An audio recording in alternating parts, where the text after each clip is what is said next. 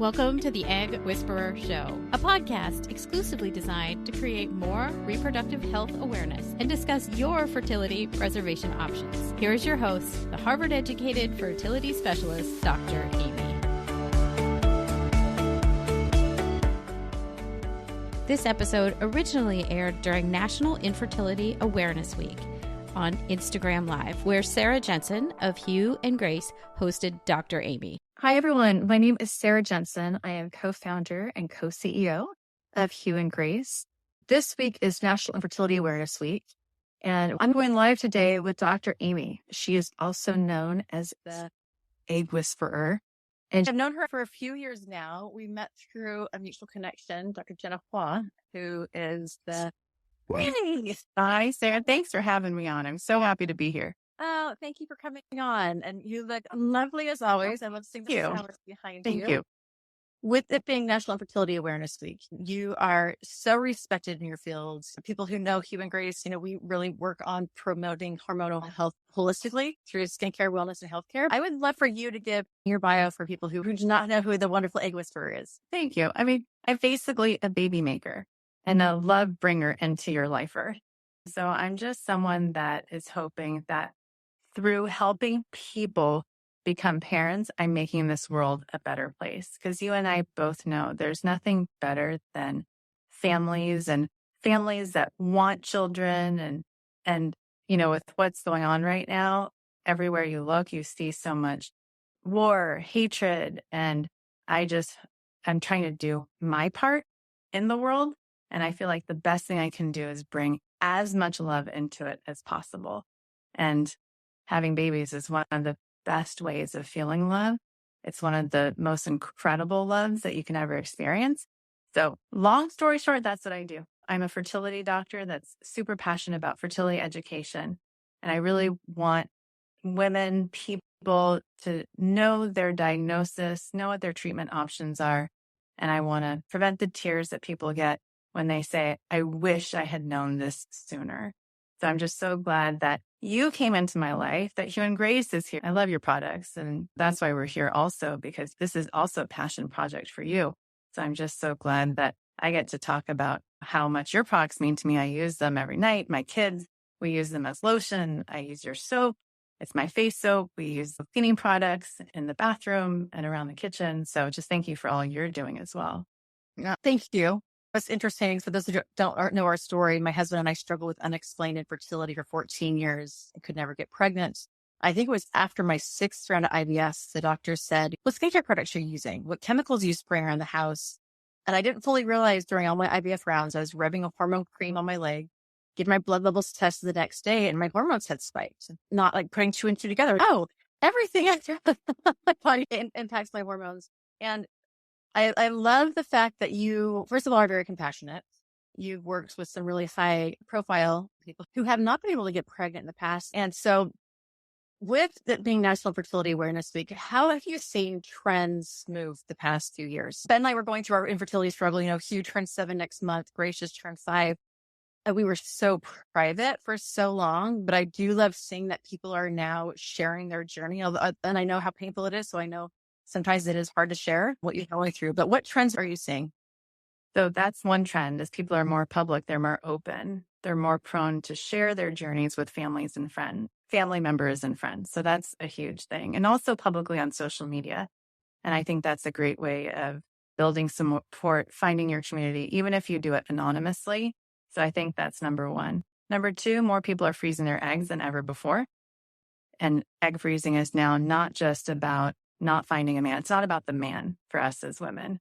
It's about wanting to be a mother and also giving yourself options. And however you want to do it, that's fine. So things are changing a lot there. Number 3, the concept that IVF is not just for people who have infertility, but using it as a way for people who are coupled or independent to also preserve their fertility. So there are some people who get married, let's say at 32, and they're not ready to have babies and they don't want to do it until they're 37 or 38. They're actually using IVF as a way to preserve their fertility. We're also seeing this trend of people starting later in life. So the milestones that they're reaching in terms of when they graduate college, when they finish graduate school, when they buy their first house, when they get married, when they pay off their loans, then everyone's like, and now I'm ready for a baby. But your ovaries are like, I was waiting for this day. And so I see more patients than ever who are over the age of 40, especially over the age of 45. So that's another trend. So more women over 40 are doing IVF than ever before, and especially women over 45. And wait for it, 50. I have more patients over 50 in my practice now than I ever had before. And I started my practice at 32.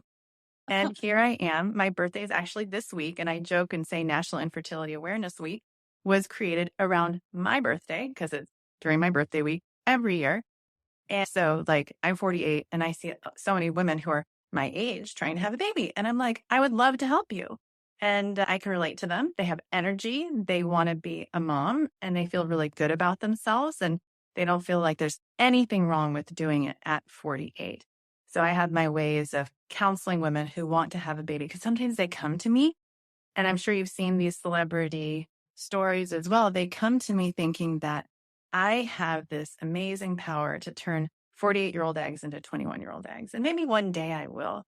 But right now, we don't. So we talk about creative family building, and there's so many amazing ways of building your family. And last trend, and there's still maybe two more, but I'll go really fast. Last trend is, well, I'll just say this last one is surrogacy. We're seeing more people, especially women over 45, as they're trying to grow their families, they're doing it through surrogacy. So that's another trend that we're seeing is more surrogacy journeys are happening now in this country than I've ever seen before. What advice are you giving these people? Because egg quality is hard to improve sometimes. So are they using egg donors? Are they able to get pregnant without fertility treatments? Like, what advice are you giving these people? I mean, I would say just do a very gentle reality check with yourself. Even though you're feeling amazing on the outside, your ovary and the egg cell is the fastest aging organ basically in our bodies. And this is what I say all the time, just because our desire to have a baby hasn't run out, that doesn't coincide with when our eggs run out. And that's really hard.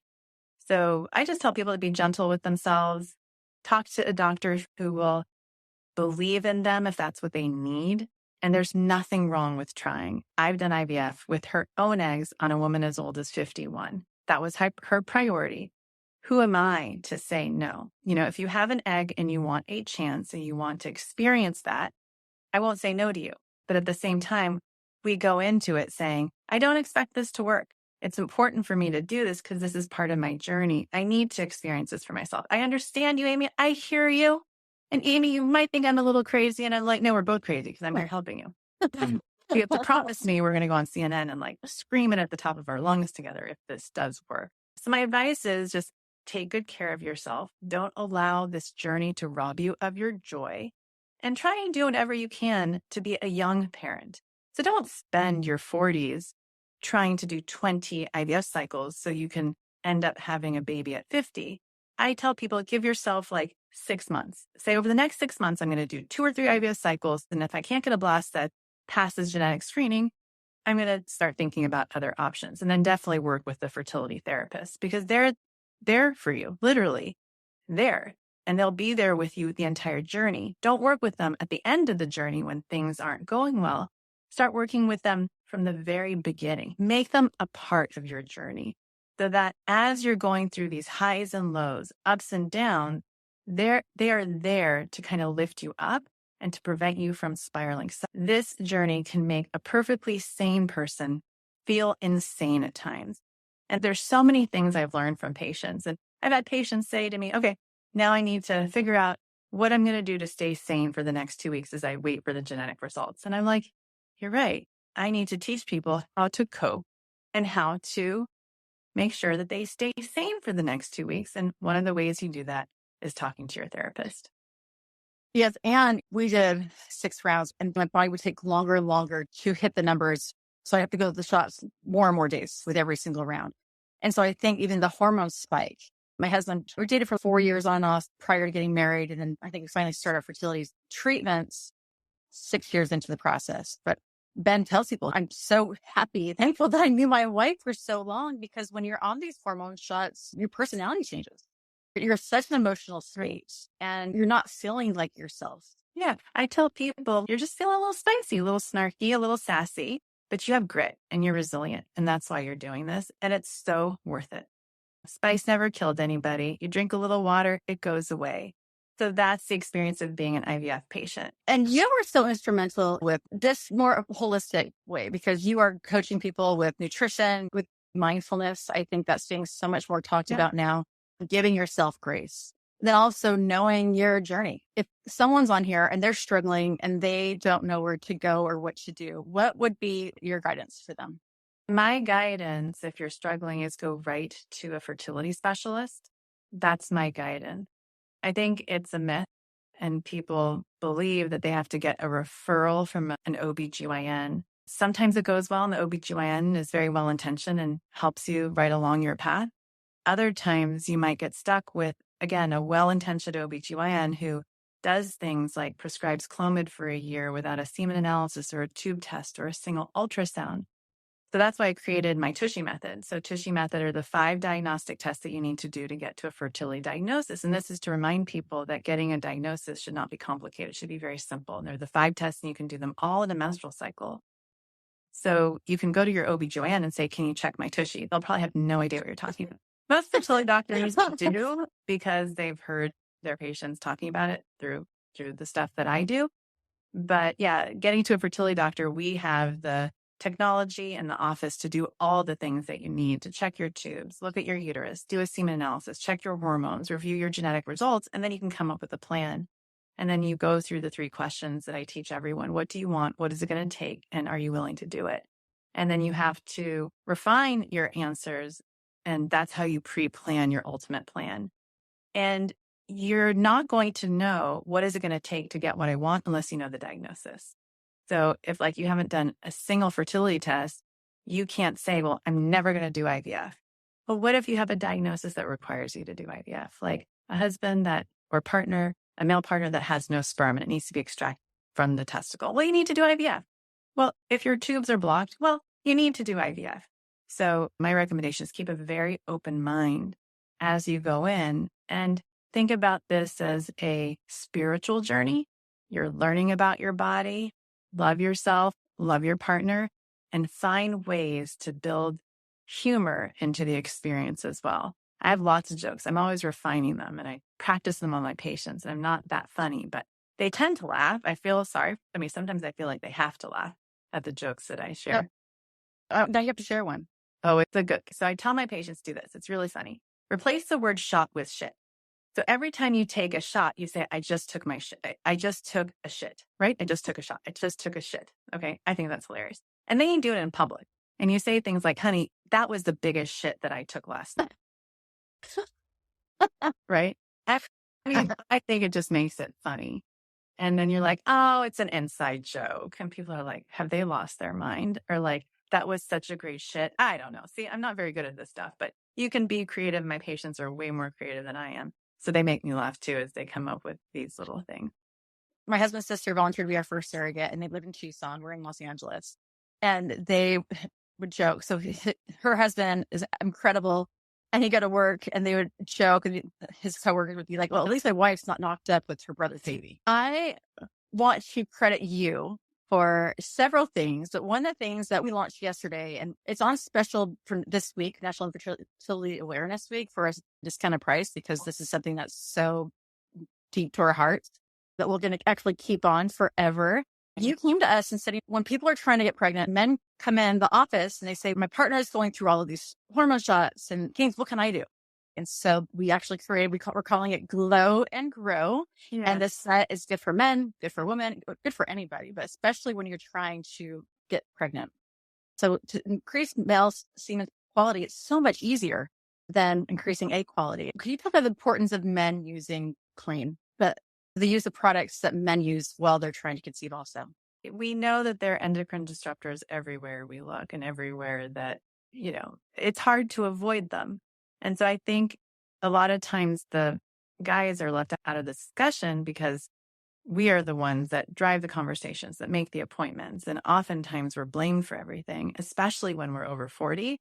And so I think most women over 40 are partnered with men over 40 as well.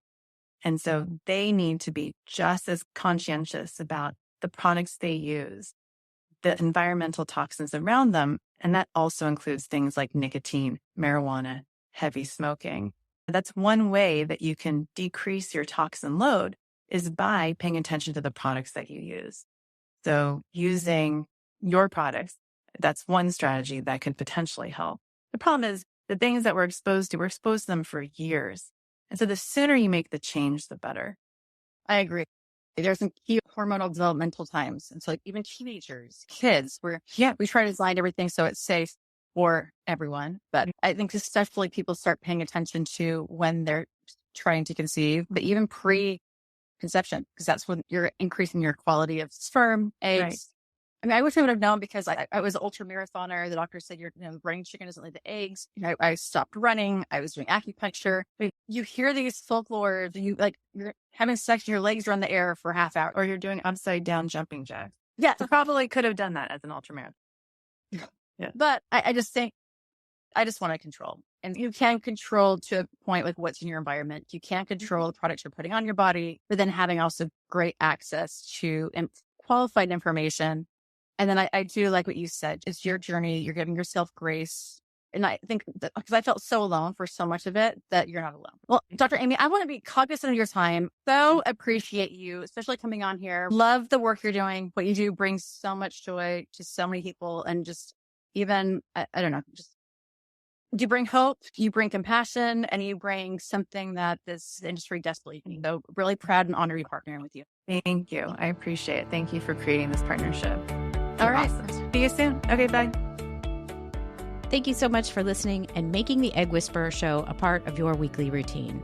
To find show notes and a full transcript for this episode, visit dramy.org and look under the blog tab. While you're there, you can find a link for the Egg Whisperer newsletter, which keeps you in the know about fertility news. You can also find Dr. Amy and the Egg Whisperer Show on YouTube, Instagram, or Facebook. If you'd like to learn even more, Dr. Amy offers classes at the Egg Whisperer School, eggwhispererschool.com, or you can request a consultation on dramy.org. Thank you so much for tuning in and for sharing the Egg Whisperer Show with others. Keep sparkling and have a great day.